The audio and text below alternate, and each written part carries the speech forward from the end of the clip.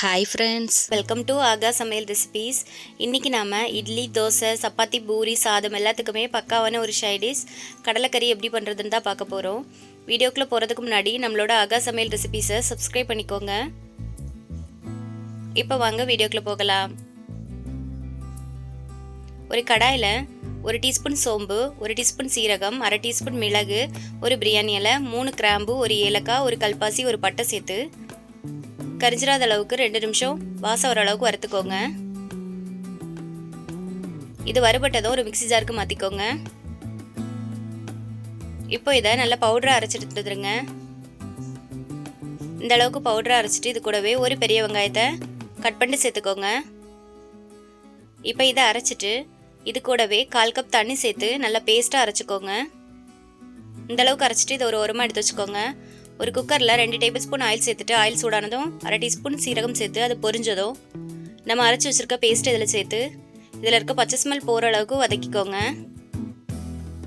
இப்போ இது வதங்கினதும் இது கூடவே 1 டீஸ்பூன் இஞ்சி பூண்டு பேஸ்ட்டு சேர்த்து வதக்கிக்கோங்க.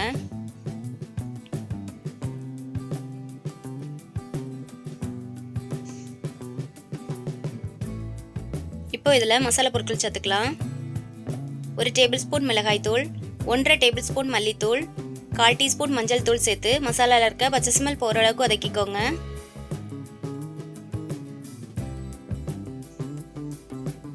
இந்த அளவுக்கு இது வதங்கினதும் 2 தக்காளியை பேஸ்ட் பண்ணிட்டு இதில் சேர்த்துக்கோங்க. கூடவே உப்பு சேர்த்துட்டு தக்காளி வதங்கி எண்ணெய் பிரிஞ்சு வர அளவுக்கு வதக்கிக்கோங்க.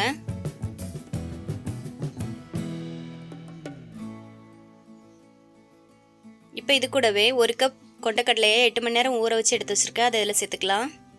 இப்போ இந்த கடலையை இந்த மசாலாவில் 2 நிமிஷம் நல்லா வதக்கிக்கோங்க.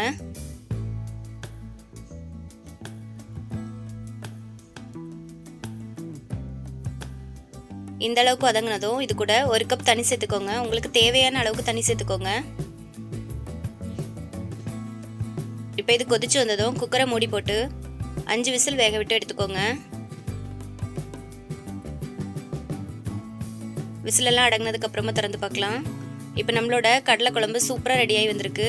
நீங்களும் இந்த மாதிரி ஒரு வாட்டி செஞ்சு பாருங்கள். உங்களுக்கு இந்த வீடியோ பிடிச்சிருந்தனா என்னோட சேனலை சப்ஸ்கிரைப் பண்ணுங்கள், கமெண்ட் பண்ணுங்கள், ஷேர் பண்ணுங்கள், லைக் பண்ணுங்கள். தேங்க்ஸ் ஃபார் வாட்சிங். பாய்.